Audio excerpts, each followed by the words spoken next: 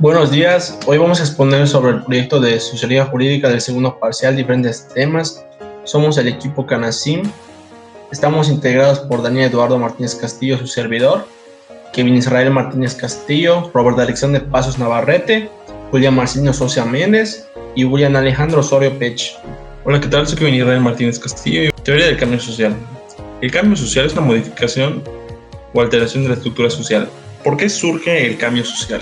El cambio social surge a través del descontento de la población, ya sea de forma de que no estén de acuerdo con las políticas económicas, la burocracia de la esfera de lo más alto del gobierno, se aprovechan de los recursos del Estado, o sea, fraudes, de lo familiar, y las ideologías políticas, ya sea que apoyes a la derecha o a la izquierda, o etcétera. Hay un sinfín de maneras en las que las personas no pueden estar de acuerdo y se manifiestan y se alzan para hacer un cambio social. Eso se le conoce como revolución.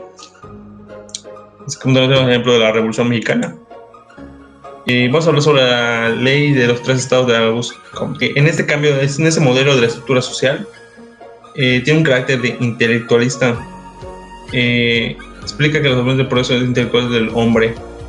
Entre los tres estados tenemos el abstracto, pero el teleológico, que es el primero de los que están aquí, el metafísico y el positivo. Vamos al esquema siguiente. Perdón, antes de que pasemos al esquema, voy a explicar en qué consiste cada una de estas concepciones, porque la rama de nuestro conocimiento pasa sucesivamente por cada una de estas etapas. Va a pasar por cada una de estas etapas de estas tres. Empieza primero por la teleológica, y luego se pasa a la metafísica, y luego de último a la positiva, que es la más racional de todas estas. Aquí tenemos el diagrama, el esquema. En el estado teleológico es donde se empieza a surgir la idea del hombre, y aquí donde va avanzando y va evolucionando por el pasar del tiempo. Predomina la imaginación, que es sobrenatural. O sea, hasta aquí las cosas sobrenaturales tienen una explicación a través de lo sobrenatural. Busca las causas y principales, busca las causas principales de las cosas bajo las creencias del fetichismo, la política, el monoteísmo. O por ejemplo, por ejemplo, un fenómeno natural que es la lluvia. Los mayas creían que, o sea, en su mitología el dios Chak era el dios de la lluvia. Y el estado teleológico pasa a convertirse en estado físico, sustituye a la divinidad sobrenatural por la ontología o hacia la esencia de las causas reales. Aquí se busca lo real, lo que realmente pasa, y de allá del estado metafísico pasa al estado positivo. Aquí es más racional, aquí se usa la imaginación y la observación, y los fenómenos con la realidad se abren a una ventana de inteligencias del humano. Sobre el razonamiento, aquí se usa lo que es el método científico, la experimentación de campo y la observación. Vamos a hablar sobre la ley de Herbert Spencer. Consiste que tiene un significado cósmico y permite el origen de nuestro sistema planetario. Aquí el señor Spencer trata de explicar nuestro sistema planetario de una forma diferente, pero aquí quiero enfocarme a lo que es más la inorgánica.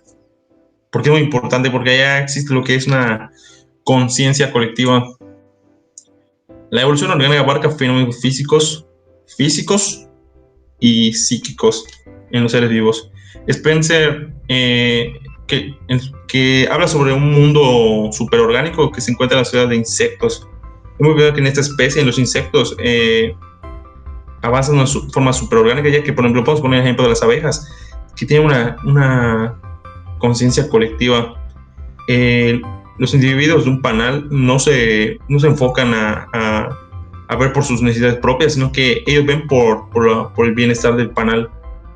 Es como una especie de colectividad, es una forma de pensamiento, ya que ellos trabajan en conjunto en cada una de sus acciones por el bien del panal y no por el bien de ellos mismos. Por ejemplo, la abeja reina controla todo el panal. Hay zánganos encargados de fecundar a la reina para que tenga descendencia, los polinizadores y los que protegen el panal. Cada uno tiene sus funciones en beneficio de lo que es la comunidad del panal. Vamos a hablar sobre la evolución de Herbert Spencer, que es de la sociedad militar, El concepto de la sociedad militar lo expone Spencer del siguiente modo, pero vamos a explicarlo un poco más breve. Dice que la nación se moviliza, es verdad.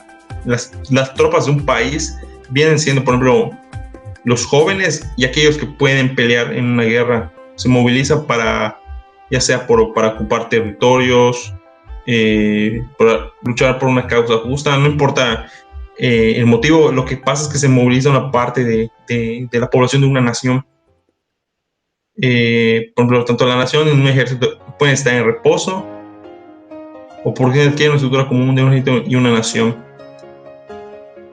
Vamos a explicar también lo fundamental que un control centralizado tanto en la guerra como en la paz, la presencia del jefe militar se convierte en un jefe político y despótico. Aquí vamos a explicar que el poder legislativo, el ejecutivo y el judicial no puede mantenerse en una sola persona, ya que si no sería caótico, o sea, sería despótico. En este caso, aquí tenemos el ejemplo de Adolf Hitler, que era un jefe totalitario. Él tenía estos tres poderes. Por eso no se debe de manifestar, ya que sería caótico para un estado emanar esos tres poderes en una sola persona. Mi nombre es Julián Marcelino y yo les vengo a hablar sobre el tema de los factores del cambio social. En este tema nos dice que el cambio social y cultural tiene que ver con las actitudes. En este tema nos clasifica las actitudes en tres. La conservadora, que es aquella que se niega rotundamente a los nuevos cambios sociales. La radical, que por consiguiente es la que un cambio más drástico, que es la más acelerada tanto en cambio social. Y la progresista es aquella que busca innovaciones nuevas con los resultados obtenidos de otras que se hayan realizado en su momento. Y por lo consiguiente nos dice que existen dos diversas sociedades, que es la sociedad radicalmente estática, que esta conserva o no es influenciada con otros factores, o sea, ya tiene unos factores predeterminados que son la religión, las costumbres y las creencias en este caso. Igual encontramos las dinámicas, que esas nos dice que esas son de cambio social muy aceleradas, que nunca se queda en algo fijo, siempre buscan, como su nombre dice, estar en movimiento, buscar nuevas opciones, innovar a su entorno. Y bueno, pasamos con otro apartado que sería ya más específicamente como los factores que realmente influyen. Para continuar, lo más destacable, los factores más importantes que destacan en el tema del cambio social sería el entorno de la naturaleza. Por ejemplo, cómo se desenvuelve la persona dentro de su medio en el que está. Otro factor igual sería la comunicación, que por ende juega un rol muy importante, porque el ser humano siempre está siempre comunicado y varían esas formas de comunicación, al igual que nunca busca dejar un punto de vista fijo, sino que busca más soluciones, que por ende el ser humano no se queda estancado con una sola idea. Igual los influjos culturales tienen que ver mucho en el tema, pues también como es una forma de relacionarse, son distintas maneras de comunicación o de ideas ideológicas que están en constantemente contacto con otras. Y eso sería todo por mi parte. Hola, ¿qué tal? Voy a hablar sobre la organización y la desorganización social del capítulo 10. Organización social. Se puede considerar que la organización social es un sistema de relaciones sociales estables de carácter recíproco, o sea, es un conjunto de interacciones entre personas o entre grupos. Las organizaciones exitosas se dan porque tienen una actitud coordinada de sus miembros. Para ello necesitan mecanismos para coordinar dichas actividades. Imaginemos un hospital con un gran equipo de médicos, enfermeras, vigilantes, ambulancias, personales administrativos, intendentes, espectadores, etc. De tal forma que para que se logre a través de ellos una adecuada regulación del desempeño de las funciones, tienen que controlar su comportamiento normativo a través de inspecciones, reglamentos, multas, etc. Algunas características que destacan de una organización social pues son las relaciones estables entre sus miembros, la correspondencia entre la conducta de los diferentes miembros del grupo social, las relaciones armónicas entre sus miembros, la existencia de una solidaridad social, tendencia de actuar de manera unitaria y llegar a los resultados de la actividad común. La desorganización social es una discusión o más que nada es una disolución de un orden o sistema social que provoca la interrupción del funcionamiento independiente de sus miembros. Hay que advertir que la desorganización admite pues grados, que van desde un pequeño monto que tiene un efecto ligeramente perceptible hasta un gran monto que llega a provocar confusión y a dañar pues la eficacia de esas organizaciones. Por ejemplo, los cambios revolucionarios que se han llevado a cabo de las sociedades comunales analfabetas a la moderna civilización urbana. El conflicto entre las estructuras culturales y la social como forma de desorganización social. Este conflicto que se puede dar entre la cultura se debe a los valores y normas y la estructura pues, social formada por un conjunto de roles, estatus que fijan y establecen pues, las relaciones entre los individuos y pueden originar pues, estas conductas desviadas. Por ejemplo, es común que en las zonas urbanas de México, en la clase media, baja y alta, que existe el concepto de educar a los hijos hasta que lleguen a la universidad para que puedan acceder a un mejor nivel de vida. Esto es la cultura, formada por valores, en este caso como el título universitario, y pues como normas, pues pasar los exámenes en conseguir una estancia para aplicar dicha carrera. Por eso es posible que por la situación económica o miembros de la clase baja les sea más difícil pues estudiar. Ahí entran las conductas desviadas por no lograr esos objetivos, optan por ser pues ladrones, traficantes o dedicados a ser pues esclavos. Entonces, su conducta puede pues asumir diversas formas de las cuales mencionaré. Es la renuncia y la lucha por alcanzar pues los fines altamente valorados por el sistema social, pero continúa respetando las normas de trabajo y esfuerzo.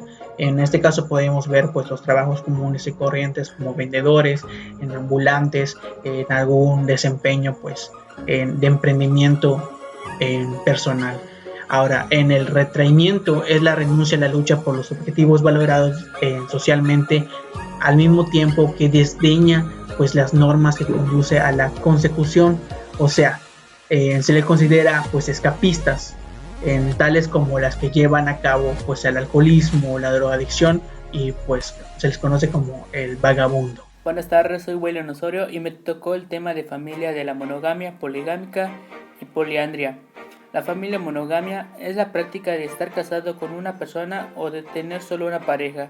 Esto se funde en el predominio del hombre, cuyo objetivo es procrear hijos, ya que ellos serán los herederos de las riquezas del padre. La poligámica es el tipo de matrimonio en el cual se permite a un hombre estar casado con varias mujeres. En México es ilegal estar casado con varias mujeres, pero en países de mayoría musulmana o países africanos se admite el matrimonio de un hombre con varias mujeres. La familia poliandria es en donde la mujer contrae matrimonio con 2, 3 o más hombres a la vez. Al igual que la poligámica, la poliandria es ilegal en México, pero en algunas regiones del continente asiático y africano como la India, Nigeria y Nepal, que sí se acepta, pero no es común en todos los ciudadanos de esa región. Modelos de organización familiar.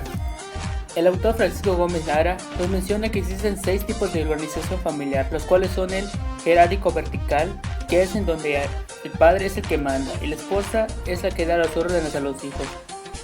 El jerárquico triangular es en donde el padre y la madre comparten decisiones, pero los hijos son los que lo obedecen.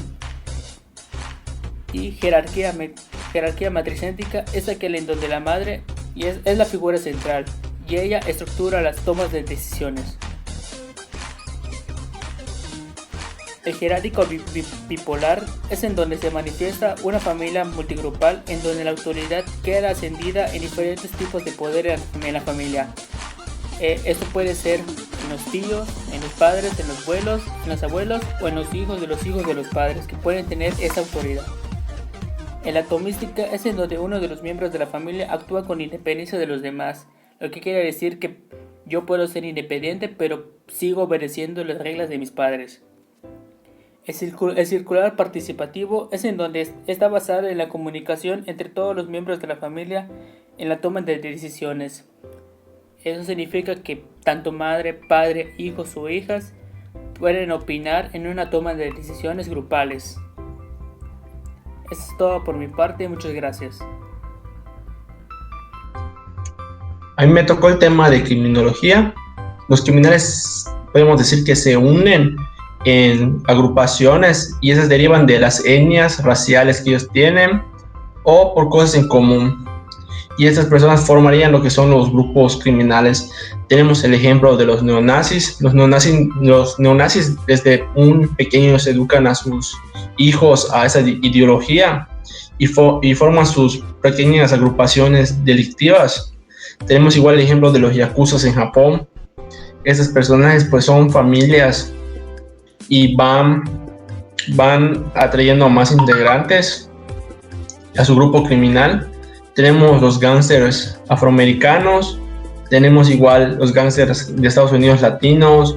En México tenemos el gran ejemplo de los cárteles mexicanos, como lo es el cártel Jalisco Nueva Generación. También tenemos el ejemplo de los gángsters rusos, de la mafia siciliana, que es la mafia italiana igual. Y pues estas personas se agrupan para tener más fuerza en lo que serían los grupos criminales, o sea, controlar más territorio, y que será tener, pues, pero más ganancias al vender drogas o al tener negocios como los secuestros, la venta de órganos, etcétera, etcétera. Y esto nos dice que desde muy corta edad los jóvenes son anexados o integrados a estos grupos criminales, ya sea por familiares, por amigos. Y pues ahorita voy a comentar lo que sería el fenómeno criminal. El fenómeno criminal sería la principal afectación de los jóvenes y niños. Tenemos el ejemplo de México, los narco juniors. Como podemos ver, estos jóvenes son anexados a estos grupos criminales, a estos cárteles, desde los 12 años hasta los 21 años, podemos decir, que ya sería lo que sería su etapa de explotación, debido a que esos niños pues no viven mucho tiempo, pues los usan como si fueran soldaditos de juguete. Y estos jóvenes solo tienen dos opciones: o mueren en batalla con otros cárteles, o son atrapados por el ejército mexicano, como tenemos el ejemplo del lado derecho. Y pues desgraciadamente en México lo que más afecta el fenómeno criminal es la falta de educación, la falta de escuelas, la falta de un trabajo digno, un hogar digno, de que los mismos jóvenes puedan tener, o ya sea estudiar en una escuela pública, que les den becas, que ellos tengan pues las 3 comidas, porque pues es necesario. Muchos niños se entregan a lo que son las bandas criminales porque pues no tienen una buena economía en sus hogares, no tienen apoyo para que los vayan a la escuela, no tienen mentores, no tienen quien vea qué hacen, dónde van, dónde salen. Por ejemplo, acá en Canacín pues es una zona muy marginada del estado de Yucatán y pues tampoco hay universidades acá en Canacín y en el distrito 6, no hay ninguna universidad. No hay escuelas, no hay preparatorias como para que los jóvenes se formen y dejen de unirse a estas agrupaciones. Yo digo que el fenómeno criminal en México está pegando muy duro porque pues no hay una regulación. O sea, el Estado mexicano no pone orden como en otros países que pues no hay criminalidad. Tenemos el ejemplo de Holanda, que es un país pues con una economía buena, pero pues no vemos tantos criminales como en México. Podemos tocar los ejemplos que nos dicen Maquiavelo, Rousseau y Freud. Maquiavelo nos dice que el hombre es malo por naturaleza, pero pues yo no lo creo tan así, porque pues yo digo que nosotros forjamos lo que es nuestro carácter, nuestras emociones, nuestra ética y nuestra moral sobre todo. Rousseau nos plantea que el hombre no es malo por naturaleza, sino que la misma sociedad lo corrompe. Y allá podemos ver un gran ejemplo de lo que son las agrupaciones con los jóvenes. Los jóvenes, desgraciadamente, pues al no tener oportunidades, como bien dije, pues estas bandas lo aprovechan esa ignorancia de los jóvenes y los empiezan a adoctrinar. Tenemos el ejemplo del Cártel Jalisco Nueva Generación, cuando secuestra a una persona, la agarra y la lleva a sus campos de entrenamiento y les dice, ¿sabes qué? Tienes que matar a una persona o te mueres tú. Y pues los jóvenes desgraciadamente tienen que matar a alguien y pasar varias pruebas para que se integren al cártel. Y no es como que te digan, ¿sabes qué? Tú te integras porque quieres. No, te agarran y te obligan. Y si no te integras a esos cárteles, te matan a la mamá, te matan al papá, te matan a tu familia, etc. Freud nos habla de que él escribió un libro que es El malestar en la conducta.